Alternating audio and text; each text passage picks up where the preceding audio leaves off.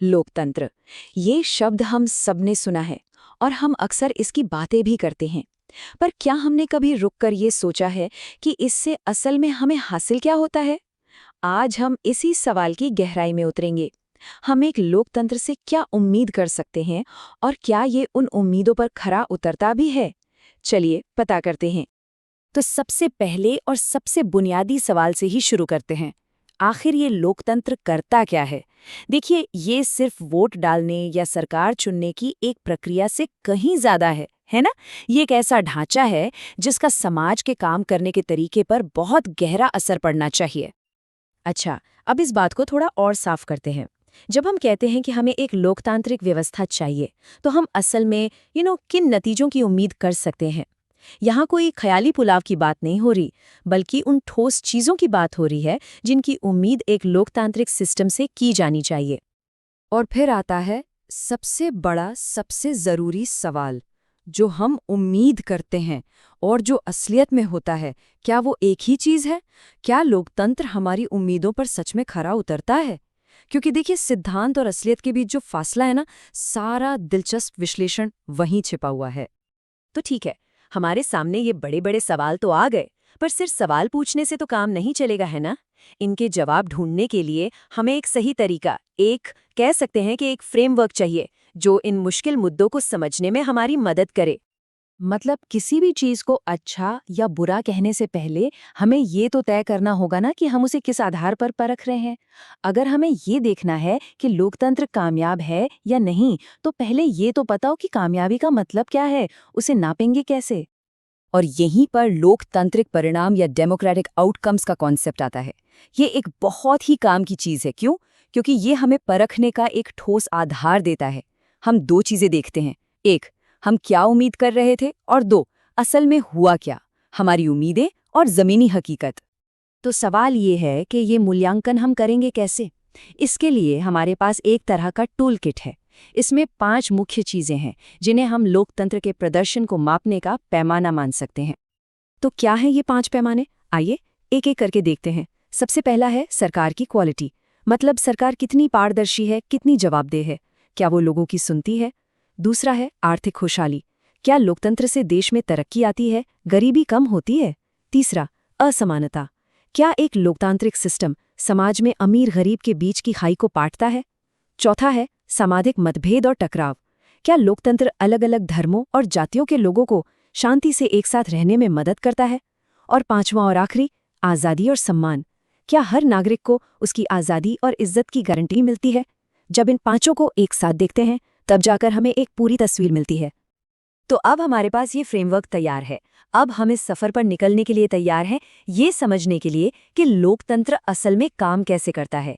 ये हमारे विश्लेषण का एक तरह से शुरुआती बिंदु है। और ये सिर्फ कोई लिस्ट नहीं है, इसे एक गाइड मैप की तरह समझिए। ये 5 पॉइंट्स हमें किसी भी लोकतंत्र को ठीक से एनालाइज करने में मदद करेंगे, एक साफ, लॉजिकल रास्ता दिखाएंगे। जैसा कि हमारे सोर्स मटेरियल में भी कहा गया है, हमारा काम सीधा है। हम लोकतंत्र के अपेक्षित और वास्तविक परिणामों को देखेंगे, मतलब उम्मीदों की तुलना असलियत से करेंगे और देखेंगे कि हम कहाँ खड़े हैं। तो इस सफर की शुरुआत में एक सवाल सबके लिए है सोचने के लिए। इन 5 पैमानों में से अच्छी सरकार, आर्थिक तरक्की, बराबरी, सामाजिक शांति या फिर व्यक्तिगत आज़ादी, किस चीज के मायने सबसे ज्यादा हैं? इस सवाल का जवाब ही इस पूरे विश्लेषण की बुनियाद है। एक सवाल जो हम सबके मन में कभी न कभी आता है, क्या डेमोक्रेसी यानी लोकतंत्र सच में काम करता है? हम सब सुनते हैं कि ये सरकार का सबसे अच्छा तरीका है, लेकिन जब हम अपनी रोजमर्रा की जिंदगी में देखते हैं, तो क्या हमें वही नतीजे मिलते हैं जिनकी हम उम्मीद करते हैं? चलिए आज इसी मुश्किल सवाल को समझने की कोशिश करते हैं कि लोकतंत्र के असली परिणाम आखिर हैं क्या।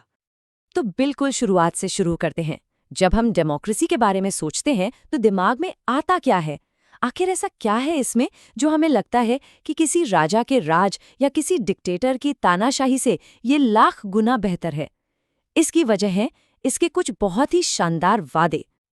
जरा सोचिए, एक ऐसा सिस्टम जो कहता है कि सब बराबर हैं, हर इंसान की इज्जत है और कोई भी बड़ा फैसला सबकी राय से लिया जाएगा। एक ऐसी जगह जहां लड़ाई झगड़े बातचीत से सुलझते हैं और अगर मान लीजिए कोई गलती हो भी जाए तो उसे सुधारने का मौका भी मिलता है। यही तो है डेमोक्रेसी का सपना। सुनने में तो ये एकदम परफेक्ट लगता है ना? लेकिन कहानी में ट्विस्ट यहीं से आता है। कागज पर जो लोकतंत्र इतना अच्छा दिखता है, क्या वो असल जिंदगी में भी उतना ही कामयाब है? क्योंकि हम सब जानते हैं कि अक्सर कहने और करने में, मतलब थ्योरी और प्रैक्टिकल में, एक बहुत बड़ा गैप होता है। और ये सिर्फ कोई फीलिंग नहीं है, आंकड़े भी यही कहानी कहते हैं। दुनिया भर में जब लोगों से पूछा जाता है कि भाई आपको डेमोक्रेसी पसंद है या तानाशाही, तो ज्यादातर लोग कहते हैं डेमोक्रेसी बेस्ट है, कोई राजा वाजा नहीं चाहिए। पर जैसे ही सवाल घूमता है और पूछा जाता है कि अच्छा तो क्या आप अपने देश में जिस तरह से डेमोक्रेसी चल रही है उससे खुश हैं, बस वहीं पर जवाब बदल जाता है। बहुत सारे लोग कहते हैं नहीं, बिल्कुल नहीं। तो होता यह है कि हम एक अजीब सी कंफ्यूजन में फंस जाते हैं। एक तरफ दिल कहता है लोकतंत्र से बेहतर कुछ नहीं, लेकिन दूसरी तरफ जब हम अपनी आंखों से रोज की राजनीति, करप्शन या काम की धीमी रफ्तार देखते हैं तो दिमाग में सवाल उठता है, क्या वाकई ये सिस्टम काम कर रहा है? ये एक लाइन इस पूरी दुविधा को एकदम सटीक तरीके से बयां करती है। प्रिंसिपल में तो अच्छा है, पर प्रैक्टिस में उतना नहीं। हम सबने कभी ना कभी ऐसा महसूस किया है, पर सवाल तो वही है, ये गैप क्यों है? क्या डेमोक्रेसी के डिजाइन में ही कोई प्रॉब्लम है? लेकिन चलिए, 1 मिनट के लिए रुकते हैं। क्या ऐसा हो सकता है कि हम सवाल ही गलत पूछ रहे हों? क्या हो अगर प्रॉब्लम डेमोक्रेसी में है ही नहीं, बल्कि हमारी उम्मीदों में है? शायद हमने डेमोक्रेसी को कुछ और ही समझ लिया है। देखिए, जब चीजें वैसी नहीं होती जैसी हम चाहते हैं तो सबसे आसान क्या होता है? सिस्टम को ब्लेम कर देना। हम तुरंत कह देते हैं अरे ये सिस्टम ही फेल है, ये डेमोक्रेसी ही हमें निराश कर रही है। लेकिन रुकिए, क्या हो अगर हम इसे पूरी तरह से एक गलत एंगल से देख रहे हों? क्या हो अगर लोकतंत्र वो चीज़ है ही नहीं जो हम उसे मानकर बैठे हैं? अक्सर हमारी सोच ये होती है कि डेमोक्रेसी एक जादुई छड़ी है। बस चुनाव हुए, सरकार बनी और छू मंतर, गरीबी खत्म, सबको नौकरी, कोई भेदभाव नहीं, सब अपने आप ठीक हो जाएगा। लेकिन सच तो ये है कि डेमोक्रेसी कोई अलादीन का चिराग नहीं है, और जब हमारी ये जादुई उम्मीदें टूटती हैं तो हाथ लगती हैं सिर्फ निराशा। तो अगर ये जादुई छड़ी नहीं है तो फिर क्या है? चलिए इस कंफ्यूजन से बाहर निकलते हैं और डेमोक्रेसी को एक नए एंगल से, एक सही नजरिए से समझने की कोशिश करते हैं। इसकी असली भूमिका को पहचानते हैं। और ये है वो सबसे जरूरी बात, वो सबसे बड़ा सच। डेमोक्रेसी खुद में कोई नतीजा नहीं देती। ये तो बस एक माहौल बनाती है, एक ऐसा प्लेटफॉर्म, एक ऐसा सिस्टम जो हम जैसे आम नागरिकों को कुछ हासिल करने का मौका देता है। मतलब ये सिर्फ दरवाजा खोल सकती है, पर उस दरवाजे से चलकर अंदर तो हमें खुद ही जाना होगा। इसको ऐसे समझिए, मान लीजिए डेमोक्रेसी एक किसान को अच्छी जमीन देती है, बढ़िया क्वालिटी के बीज देती है और पानी का इंतजाम कर देती है। ये हैं वो कंडीशंस, वो परिस्थितियां। लेकिन क्या फसल अपने आप उग जाएगी? नहीं, मेहनत तो किसान को ही करनी पड़ेगी। हल चलाना, बीज बोना, देखभाल करना, ये सब हम नागरिकों का काम है। और हाँ, ये समझना भी जरूरी है कि हर देश की डेमोक्रेसी अलग होती है। जो तरीका अमेरिका में काम करता है, जरूरी नहीं वो भारत में भी करे। क्यों? क्योंकि हर देश की अपनी जमीन, अपना मौसम, अपनी मिट्टी है, मतलब अपनी सोशल और इकोनॉमिक सच्चाई है। तो एक ही बीज से हर खेत में एक जैसी फसल की उम्मीद करना, ये तो नासमझी है। तो हम वापस घूम फिर कर वहीं आ गए। अगर डेमोक्रेसी सिर्फ एक स्टेज है, तो फिर इस प्ले का हीरो कौन है? वो कौन है जिसके बिना कहानी आगे बढ़ ही नहीं सकती, जिसके बिना कोई नतीजा निकल ही नहीं सकता? और वो हीरो हैं हम, नागरिक। देखिए, मुद्दे की बात यह है कि डेमोक्रेसी के नतीजे इस बात पर डिपेंड करते हैं कि नागरिक उन मौकों का, उन परिस्थितियों का कितना इस्तेमाल करते हैं। डेमोक्रेसी हमें एक पुल बनाने के लिए सारे टूल्स और पूरा ब्लूप्रिंट दे सकती है, लेकिन उस पुल को बनाने के लिए मेहनत तो हमें ही करनी होगी, एक एक ईंट तो हमें ही लगानी होगी। अगर हम बस बैठे देखते रहेंगे तो वो पुल कभी नहीं बनेगा। तो अगली बार जब हम अपने आसपास देखकर निराश हों और सरकार को कोसने का मन करे, तो एक पल रुककर खुद से ये सवाल जरूर पूछना चाहिए, लोकतंत्र ने हमें औजार तो दे दिए, वोट की ताकत दी, बोलने की आज़ादी दी, अब इन औजारों से एक बेहतर कल बनाना या न बनाना, ये जिम्मेदारी आखिर है किसकी? इस पर सोचिएगा जरूर। लोकतंत्र या डेमोक्रेसी, हम सबने ये शब्द सुना है, पर क्या ये सच में सरकार का सबसे अच्छा तरीका है? ये एक ऐसा सवाल है जिस पर सदियों से बहस होती आई है। आज हम इसी जटिल सवाल की गहराई में उतरेंगे और पता लगाएंगे कि लोकतंत्र का असली मूल्य आखिर है क्या। तो चलिए इसे आसान बनाते हैं। जब हम लोकतंत्र की बात करते हैं तो हम असल में क्या उम्मीद कर रहे हैं? क्या ये सिर्फ वोट डालने तक ही सीमित है या इसके पीछे कोई गहरा मतलब भी है? जरा सोचिए, एक तानाशाह एक झटके में कोई भी नया कानून बना सकता है। दूसरी तरफ लोकतंत्र में उसी कानून पर बहस होगी, उसमें बदलाव होंगे और हो सकता है कि उसे पूरी तरह से खारिज भी कर दिया जाए। यही लोकतंत्र का मूल तनाव है, रफ्तार बनाम विचार विमर्श। तो क्या ये सारा विचार विमर्श सिर्फ समय की बर्बादी है? क्या लोकतंत्र बस अकुशल है? ये एक आम शिकायत है। लेकिन आइए देखें कि क्या इस धीमेपन में कोई छिपा हुआ फायदा भी है। देखिए, ये प्रक्रिया धीमी जरूर हो सकती है, लेकिन इसका एक बहुत महत्वपूर्ण मकसद है। जब लोगों को लगता है कि उनकी बात सुनी गई है, तो वे नतीजों को स्वीकार करने के लिए ज्यादा तैयार रहते हैं। तो ये जो खोया हुआ समय है, वो असल में एक ज्यादा स्थिर और असरदार सरकार में किया गया एक निवेश है। अब लोकतंत्र का एक तरह से रिपोर्ट कार्ड निकालने का समय आ गया है। आइए देखते हैं कि ये अपने वादों पर कितना खरा उतरता है और कहाँ ये पीछे रह जाता है। एक स्वस्थ लोकतंत्र को मापने के लिए हमें कुछ मुख्य चीजों को देखना होगा। नियमित और निष्पक्ष चुनाव, खुली और ईमानदार बहस, सरकारी कामों में पारदर्शिता और सबसे जरूरी अपने नागरिकों के प्रति जवाबदेही। ये एक मजबूत लोकतंत्र की नींव है। तो लोकतंत्र का प्रदर्शन कैसा है? सच तो यह है कि ये मिला जुला है। कुछ मामलों में ये बहुत अच्छा काम करता है, जबकि दूसरे मामलों में ये बुरी तरह लड़खड़ाता है। चलिए अच्छे और बुरे दोनों पहलुओं पर एक नज़र डालते हैं। एक तरफ ज्यादातर लोकतंत्र चुनाव कराने और सार्वजनिक बहस को बढ़ावा देने में कामयाब रहे हैं, लेकिन दूसरी तरफ वे अक्सर पारदर्शिता, जवाबदेही और भ्रष्टाचार से निपटने के मामले में संघर्ष करते हैं। यह एक लगातार चलने वाली लड़ाई है। तो अगर लोकतंत्र में इतनी खामियां हैं, तो हम इसे क्यों बनाए रखते हैं? इसका असली मूल्य क्या है? अब हम इस पूरे विश्लेषण के सबसे अहम हिस्से पर आ रहे हैं। तो हम जानते हैं कि लोकतंत्र धीमा, अक्षम और कभी-कभी भ्रष्ट भी हो सकता है। लेकिन इन सभी खामियों के बावजूद इसमें कुछ ऐसा है जो किसी और सिस्टम में नहीं है। और वो है इसकी वैधता। इसका मतलब है कि यह लोगों की अपनी सरकार है जिसे लोगों ने खुद चुना है। ये सिर्फ एक तकनीकी बात नहीं है, यह एक बहुत बड़ा मनोवैज्ञानिक फायदा है। जब लोग मानते हैं कि उनकी सरकार वैध है, तो वे उसका समर्थन करने और उसके कानूनों का पालन करने के लिए ज्यादा तैयार रहते हैं। यह एक बहुत शक्तिशाली विचार है। लोकतंत्र का सबसे बड़ा परिणाम यह है कि वह एक लोकतंत्र है। ये सुनने में थोड़ा अजीब लग सकता है, लेकिन ये असल में लोकतंत्र के खुद को बनाए रखने के स्वभाव के बारे में एक गहरी बात बताता है। और ये सिर्फ कोई किताबी सिद्धांत नहीं है। दुनिया भर के लोग लोकतंत्र के मूल्य को पहचानते हैं। आइए देखें कि दक्षिण एशिया के लोग इस बारे में क्या सोचते हैं। जैसा कि हम यहाँ देख सकते हैं, दक्षिणी एशिया में लोकतंत्र के लिए समर्थन बहुत ज्यादा है। भारत और श्रीलंका में 70% से ज्यादा लोग इसे तानाशाही से बेहतर मानते हैं।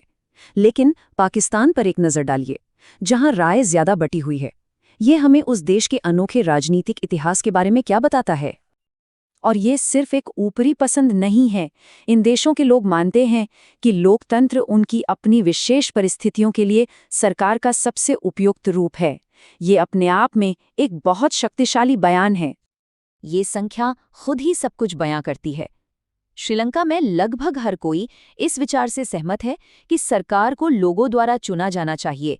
ये लोकतांत्रिक आदर्शों का एक शानदार समर्थन है। तो यहाँ मुख्य बात यह है, लोकतंत्र एक स्वसुदृढ़ीकरण प्रणाली है। यह अपने लिए समर्थन पैदा करता है जो इसे बनाए रखता है, भले ही इसमें कितनी भी खामियां क्यों ना हों। यह एक असाधारण और अक्सर नज़रअंदाज किया जाने वाला फायदा है। और इसलिए हम इस अंतिम लेकिन सबसे महत्वपूर्ण सवाल पर आते हैं। अगर लोकतंत्र वास्तव में लोगों की सरकार है, तो इसे सफल बनाने की जिम्मेदारी किसकी है? जवाब जाहिर है, हम सबकी है। इस विश्लेषण के अंत में मैं चाहता हूं कि हम सब इस विचार पर जरूर सोचें। नमस्कार। आज हम एक बहुत ही दिलचस्प और जरूरी सवाल पर गौर करने वाले हैं। क्या लोकतंत्र यानी डेमोक्रेसी सच में देश में आर्थिक खुशहाली लाती है? चलिए डेटा और सबूतों की मदद से इस पूरी बहस की तह तक जाते हैं। एक आम धारणा है ना, कि जहां लोकतंत्र है वहां तरक्की भी होगी, देश समृद्ध बनेगा। पर क्या आंकड़े भी यही कहानी सुनाते हैं?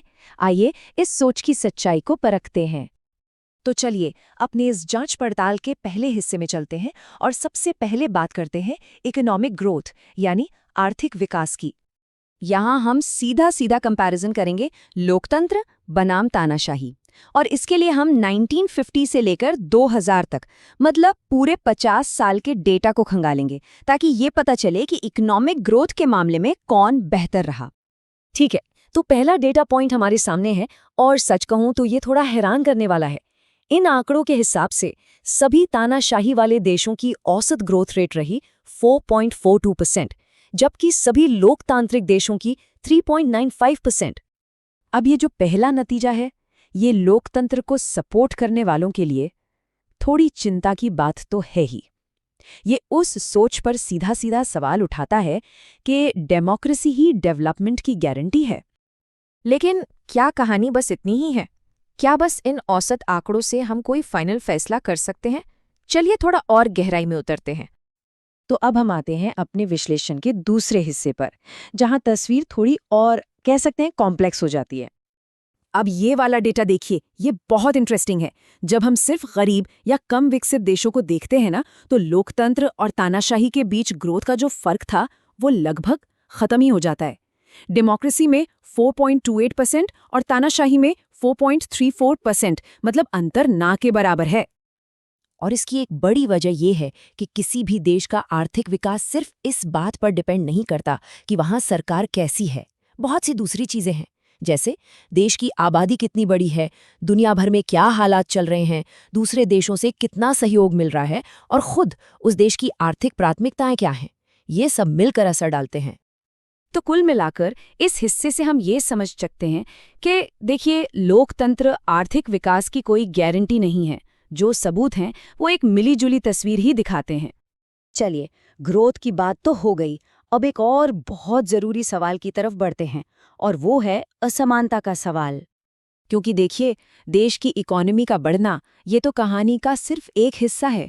असली सवाल तो ये है कि इस तरक्की का फायदा, ये केक का टुकड़ा, आखिर मिल किसे रहा है। इससे पहले कि हम डेटा देखें, ये समझ लेते हैं कि आर्थिक असमानता होती क्या है। इसका सीधा सा मतलब है कि देश की जो कुल आमदनी है वो लोगों के बीच कैसे बटी हुई है, मतलब अमीर और गरीब के बीच का फासला। इसको और अच्छे से समझने के लिए हम दो लोकतांत्रिक देशों का उदाहरण लेते हैं। इससे ये साफ हो जाएगा कि एक ही सिस्टम के अंदर भी नतीजे कितने अलग अलग हो सकते हैं। सबसे पहले देखते हैं साउथ अफ्रीका को। ये एक डेमोक्रेसी है, लेकिन यहाँ के आंकड़े हैरान करने वाले हैं।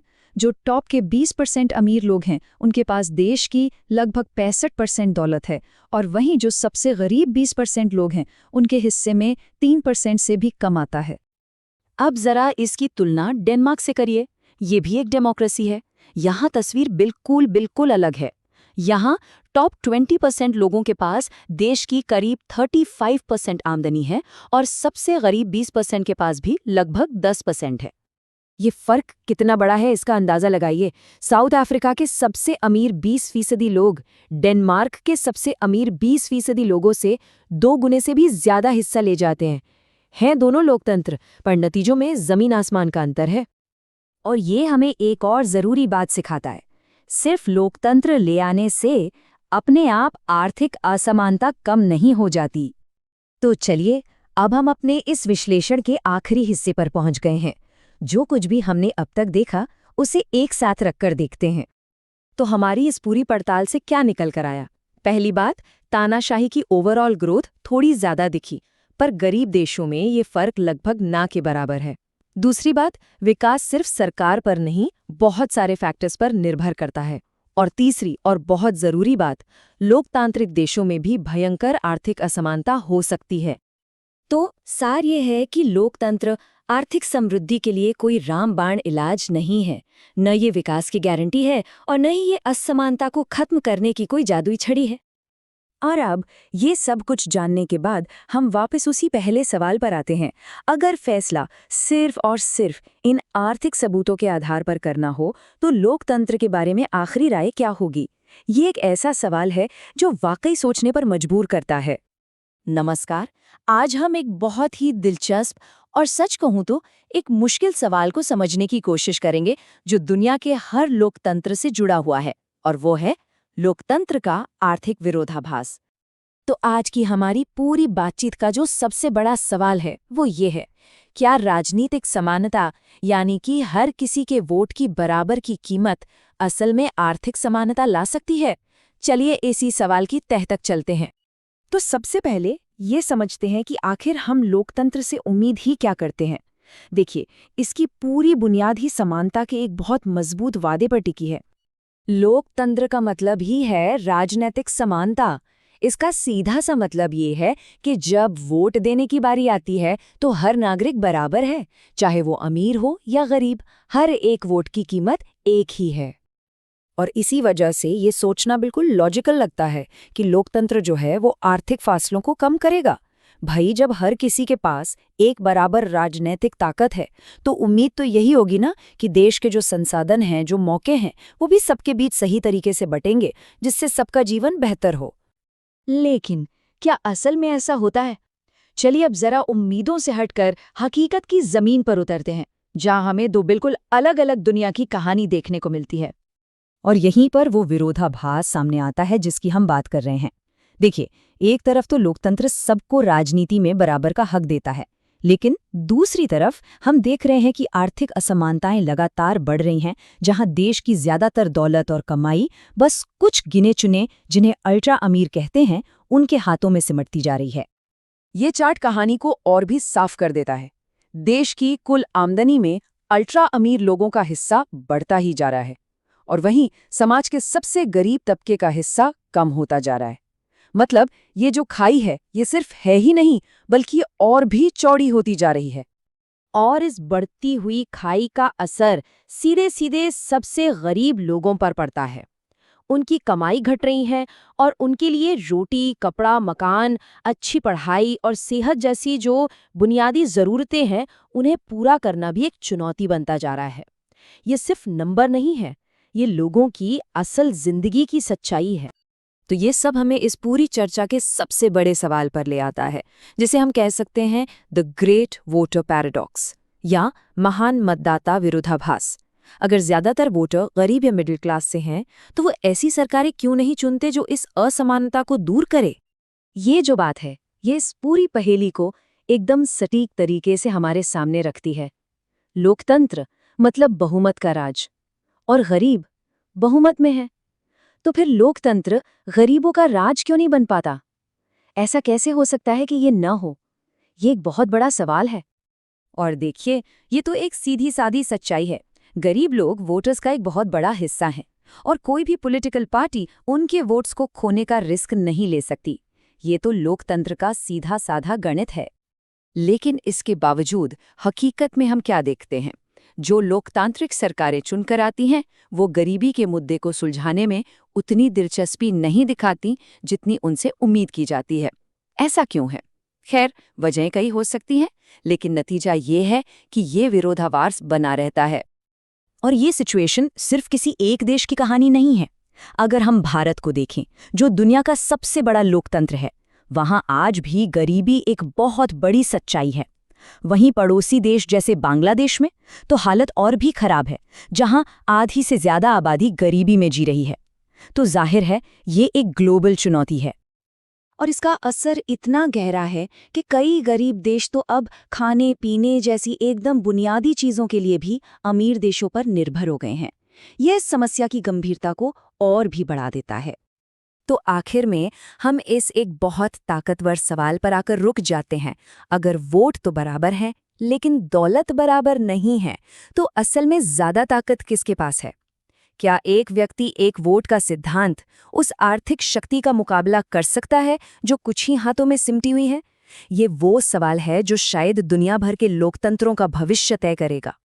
नमस्ते। चलिए एक सवाल से शुरू करते हैं।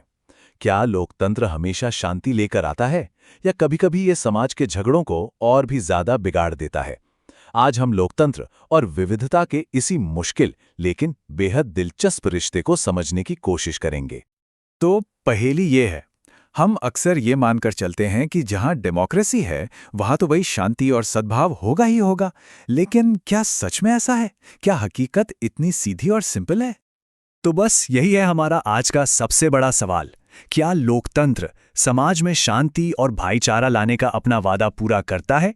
ये उम्मीद तो बिल्कुल जायज़ लगती है, पर इसका जवाब उतना आसान है नहीं जितना हमें लगता है।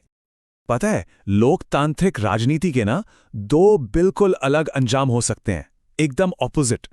एक तरफ ये समाज के मतभेदों को इतना ज्यादा भड़का सकती है कि लोग एक दूसरे के दुश्मन बन जाएं, और वहीं दूसरी तरफ ये बातचीत और सहयोग का एक ऐसा रास्ता भी बना सकती है जहां सब मिलकर शांति से हल निकालें। तो फिर डेमोक्रेसी का असल वादा क्या है? मतलब ये सिस्टम हमें देता क्या है? इसका सबसे बड़ा प्रॉमिस है समाज के अलग अलग ग्रुप्स के बीच की खींचतान को संभालने का एक तरीका देना, एक रास्ता दिखाना। तो होता क्या है ना कि लोकतंत्र इस कंपटीशन के लिए, इस होड़ के लिए एक पूरा सिस्टम बना देता है, कुछ नियम कायदे बना देता है। और जब सबके लिए नियम तय हो जाते हैं तो इस बात के चांसेस बहुत कम हो जाते हैं कि कोई भी तनाव बहुत ज्यादा बढ़ जाए या हिंसक हो जाए। और सुनिए, ये सिर्फ थ्योरी नहीं है, किताबी बातें नहीं हैं। असल दुनिया में इसका एक बेहतरीन एग्जाम्पल है बेल्जियम। उन्होंने कितनी समझदारी से अपने अलग अलग भाषा और कल्चर वाले ग्रुप्स के बीच तालमेल बिठाया। ये साफ दिखाता है कि डेमोक्रेसी में सामाजिक मतभेदों को संभालने की एक जबरदस्त ताकत होती है। लेकिन क्या बात यहीं खत्म हो जाती है? बस क्या इतना ही काफी है? क्या सिर्फ लड़ाई झगड़ा ना होना ही असली शांति है? चलिए इस बात की तह तक चलते हैं। और यहीं पर मुन्नी की ये बात ना सोचने पर मजबूर कर देती है। वो कह रही हैं कि भाई सिर्फ ये पक्का कर लेना कि लोग एक दूसरे का सिर ना फोड़ें, ये कोई हारमनी नहीं है, ये सद्भाव नहीं है। ये हमें सोचने पर मजबूर करता है कि क्या हमें बस इतने में ही खुश हो जाना चाहिए? तो सवाल उठता है कि अगर सिर्फ हिंसा रोकना काफी नहीं है तो फिर एक कामयाब डेमोक्रेसी के लिए और क्या चाहिए? इसके लिए सिर्फ दो बहुत जरूरी शर्तें हैं जो सब कुछ बदल देती हैं। और इन शर्तों की अहमियत को समझने के लिए ना हमें श्रीलंका के केस को देखना होगा। ये एक तरह की चेतावनी है जो हमें दिखाती है कि अगर ये शर्तें पूरी ना हों तो डेमोक्रेसी कितनी बुरी तरह से फेल हो सकती है। तो क्या है वो दो शर्तें? पहली कि जो मेजॉरिटी है उसे हमेशा माइनॉरिटी के साथ मिलकर काम करना होगा ताकि सरकार सबकी आवाज बने, सिर्फ अपनी नहीं। और दूसरी, जो शायद और भी ज्यादा जरूरी है, वो ये कि मेजॉरिटी की राय से चलने वाला शासन किसी एक कम्युनिटी का, मतलब धर्म या जाति के आधार पर परमानेंट राज न बन जाए। और देखिए, इस फर्क को समझना बहुत बहुत जरूरी है। एक असली डेमोक्रेसी में बहुमत की राय से शासन चलता है, जहां कोई भी ग्रुप कल को मेजॉरिटी बन सकता है। लेकिन असली खतरा तब शुरू होता है जब ये बहुसंख्यक समुदाय का शासन बन जाता है, जहां किसी को सिर्फ उसके जन की वजह से हमेशा के लिए पावर से बाहर कर दिया जाता है। तो अब तक की इस पूरी बातचीत का निचोड़ क्या है? इसका हम सब के लिए, हर नागरिक के लिए क्या मतलब निकलता है? तो हमने क्या सीखा? पहली बात, सामाजिक मतभेदों को संभालने के लिए लोकतंत्र सबसे अच्छा सिस्टम है। लेकिन, और ये लेकिन बहुत जरूरी है, ये कोई जादू की छड़ी नहीं है जो अपने आप काम कर जाए। इसकी सफलता इस बात पर टिकी है कि बहुमत अल्पसंख्यक के साथ मिलकर चले और हर नागरिक को ये भरोसा हो कि वो भी कभी ना कभी बहुमत का हिस्सा बन सकता है। तो मैं आज की इस चर्चा को एक सवाल के साथ खत्म करना चाहूंगा। सोचिएगा जरूर कि एक बहुमत असल में बहुमत कम नहीं होता। इस सवाल का जवाब ही एक सच्चे और कामयाब लोकतंत्र की आत्मा है। चलिए आज लोकतंत्र के उस सबसे गहरे वादे के बारे में बात करते हैं जो उसके दिल में बसता है, मतलब वो बुनियादी मानवीय मूल्य जिस पर लोकतंत्र की पूरी इमारत टिकी हुई है। अच्छा, एक सवाल है, ऐसी कौन सी एक चीज है जो हर इंसान को चाहिए, चाहे वो दुनिया के किसी भी कोने में हो, कोई भी हो? इसका जवाब ना बहुत सीधा सा है लेकिन बहुत गहरा भी। सम्मान या कहिए गरिमा, ये वो एहसास है जिसकी हम सबको तलाश रहती है। और यही हमारी आज की बातचीत का सेंटर पॉइंट है। और ये जो बात है ना, ये बहुत अच्छी तरह से समझाती है कि लोकतंत्र सिर्फ वोटिंग या सरकार बनाने का सिस्टम नहीं है। नहीं, इसकी जड़ें कहीं ज्यादा गहरी हैं, सम्मान और आज़ादी पाने की हमारी इच्छा में। तो सवाल ये उठता है कि सम्मान का ये जो सिद्धांत है ये असल में काम कैसे करता है। चलिए देखते हैं कि लोकतंत्र कैसे बराबरी के संघर्ष के लिए एक मजबूत जमीन तैयार करता है। देखिए यहीं पर एक बहुत बड़ा फर्क सामने आता है। एक लोकतांत्रिक समाज में बराबरी के आइडिया को कानून और समाज दोनों का सपोर्ट मिलता है, लेकिन जहां लोकतंत्र नहीं है वहां ऐसा कोई आधार ही नहीं होता। और ये कोई छोटा मोटा फर्क नहीं है। मिसाल के तौर पर महिलाओं के अधिकारों की बात करते हैं। ज्यादातर समाज हमेशा से ही पुरुष प्रधान रहे हैं, लेकिन लोकतंत्र ने आकर कहा नहीं, सबके साथ समान व्यवहार होना चाहिए। हाँ, असलियत में भेदभाव अभी भी है, लेकिन अब उसके खिलाफ लड़ाई को एक कानूनी और नैतिक ताकत मिल गई है। और ऐसा ही कुछ हमें भारत में भी देखने को मिलता है। जातिगत असमानता के खिलाफ जो लड़ाई है उसे लोकतंत्र ने ही मजबूती दी है। इसने वंचित जातियों को बराबर के दर्जे और मौकों के लिए आवाज उठाने की हिम्मत दी। आज भी भेदभाव खत्म नहीं हुआ है, लेकिन अब उसके पीछे कोई कानूनी या नैतिक सहारा नहीं है।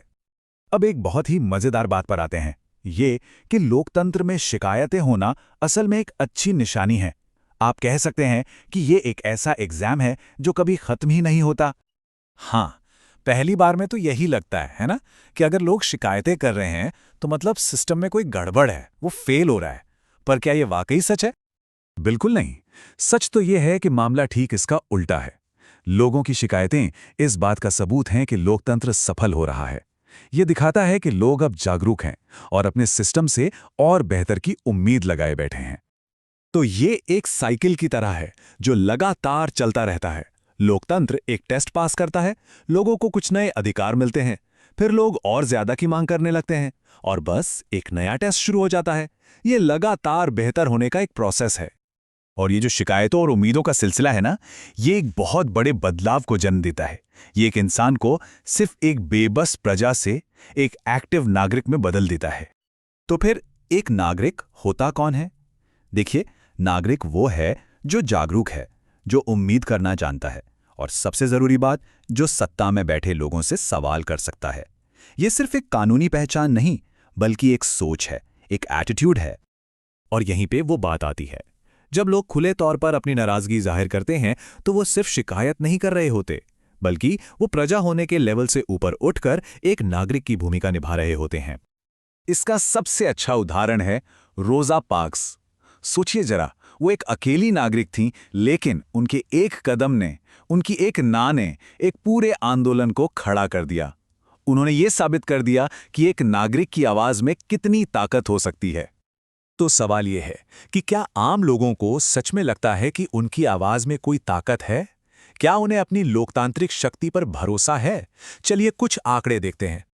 ये आंकड़े दक्षिण एशिया के हैं। नेपाल को देखिए, वहां 75% लोग ये मानते हैं कि उनके वोट से फर्क पड़ता है। भारत में ये नंबर 67% है और पाकिस्तान में 50%। ये नंबर काफी कुछ कहते हैं।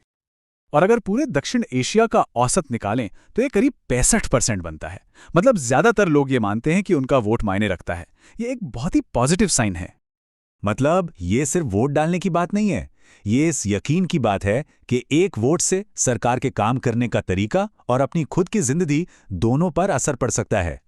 और आखिर में यही तो लोकतंत्र की सबसे बड़ी कामयाबी है। हाँ, ये मुश्किल हो सकता है, धीमा हो सकता है, कभी कभी फ्रस्ट्रेटिंग भी लग सकता है, लेकिन इसके दिल में जो बात है वो ये है कि ये हर इंसान को एक आवाज देता है, अपनी गरिमा के लिए खड़े होने का हक देता है। तो एक बात तो साफ है, लोकतंत्र का इम्तिहान कभी खत्म नहीं होता। यह हमेशा आगे बढ़ता रहता है, हमेशा लोगों की नई मांगों का सामना करता है। तो ऐसे में सवाल ये है कि आज इस लगातार चलते रहने वाले इम्तिहान के लिए हमारा अगला सवाल क्या होना चाहिए? लोकतंत्र, ये शब्द हम सब सुनते हैं और हम में से ज्यादातर लोग तो रहते भी ऐसी व्यवस्था में हैं।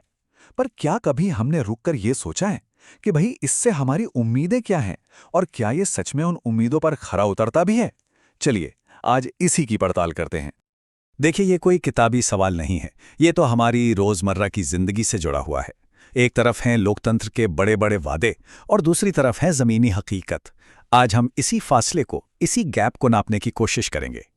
सिद्धांत में देखें तो लोकतंत्र एक चमकते सितारे जैसा लगता है। बराबरी, आज़ादी, न्याय, लेकिन जब बात आती है व्यवहार की, तो ये अक्सर उलझा हुआ और थोड़ा निराशाजनक सा महसूस होता है। यही वो दुविधा है जो दुनिया भर के लोगों को परेशान करती है, और आज हम इसी को समझने जा रहे हैं। तो चलिए शुरू करते हैं वादों से। किसी भी चीज का आकलन करने से पहले ये जानना तो जरूरी है ना कि उससे उम्मीद क्या की जाती है। तो लोकतंत्र का ये बड़ा वादा आखिर है क्या? और ये वादे कोई छोटे मोटे नहीं हैं।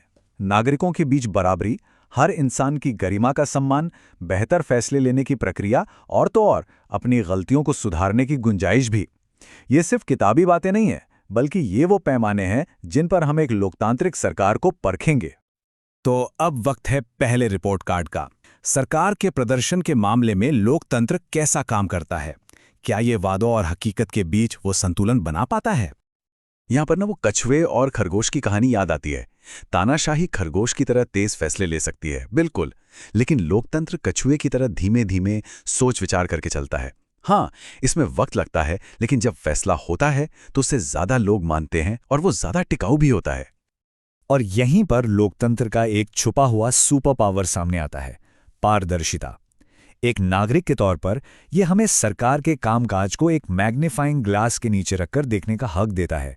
फैसले क्यों और कैसे लिए जा रहे हैं, ये जानने का अधिकार, जिसकी तानाशाही में तो कल्पना भी नहीं की जा सकती।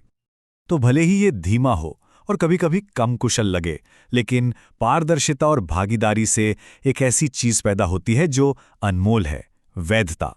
ये एहसास कि सरकार कोई बाहरी ताकत नहीं, बल्कि लोगों की अपनी सरकार है। और यकीन मानिए, ये एहसास ही इसकी सबसे बड़ी ताकत है। और ये सिर्फ एक एहसास नहीं है, आंकड़े भी यही कहानी बताते हैं। दक्षिण एशिया के इन देशों को देखिए, पाकिस्तान को छोड़ दें तो हर जगह एक बहुत बड़ा बहुमत लोकतंत्र को किसी भी और व्यवस्था से बेहतर मानता है। ये समर्थन इसलिए है क्योंकि लोग अपनी आवाज की कीमत समझते हैं। अपने नुमाइंदों को चुनने का अधिकार ही लोकतंत्र को इतना शक्तिशाली बनाता है। सरकार का प्रदर्शन तो ठीक है, लेकिन जेब का क्या? चलिए अब लोकतंत्र का दूसरा और शायद सबसे मुश्किल रिपोर्ट कार्ड देखते हैं, आर्थिक कल्याण। क्या लोकतंत्र देश को अमीर बनाता है और गरीबी मिटाता है? पहली नजर में ये आंकड़े थोड़े हैरान कर सकते हैं। ऐसा लगता है कि 1950 से 2000 के बीच तानाशाही वाले देशों ने थोड़ी बेहतर आर्थिक तरक्की की। लेकिन जरा गौर से देखिए, जब हम सिर्फ गरीब देशों की तुलना करते हैं ना, तो ये फर्क लगभग गायब हो जाता है। इसका मतलब साफ है। इसका मतलब ये है कि आर्थिक विकास की दौड़ में लोकतंत्र तानाशाही से पीछे नहीं है। ये जीत की गारंटी नहीं देता, लेकिन ये हारता भी नहीं है। तो जो लोग बेहतर अर्थव्यवस्था के लिए तानाशाही की वकालत करते हैं, उनके तर्क में ज्यादा दम नहीं है। लेकिन आर्थिक विकास की कहानी का एक और पहलू है, असमानता, और यहाँ लोकतंत्र का रिकॉर्ड बहुत अच्छा नहीं है। देखिए, दक्षिण अफ्रीका और ब्राजील में मुट्ठी भर अमीर लोग देश की लगभग 2/3 दौलत पर काबिज हैं। वहीं डेनमार्क और हंगरी जैसे देश दिखाते हैं कि एक ज्यादा बराबरी वाला समाज मुमकिन है। साफ है, सिर्फ लोकतांत्रिक होना ही आर्थिक न्याय की गारंटी नहीं देता।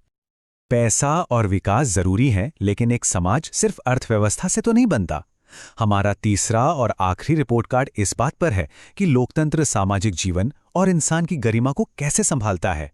क्या यह हमें एक बेहतर और ज्यादा सम्मानित जीवन देता है?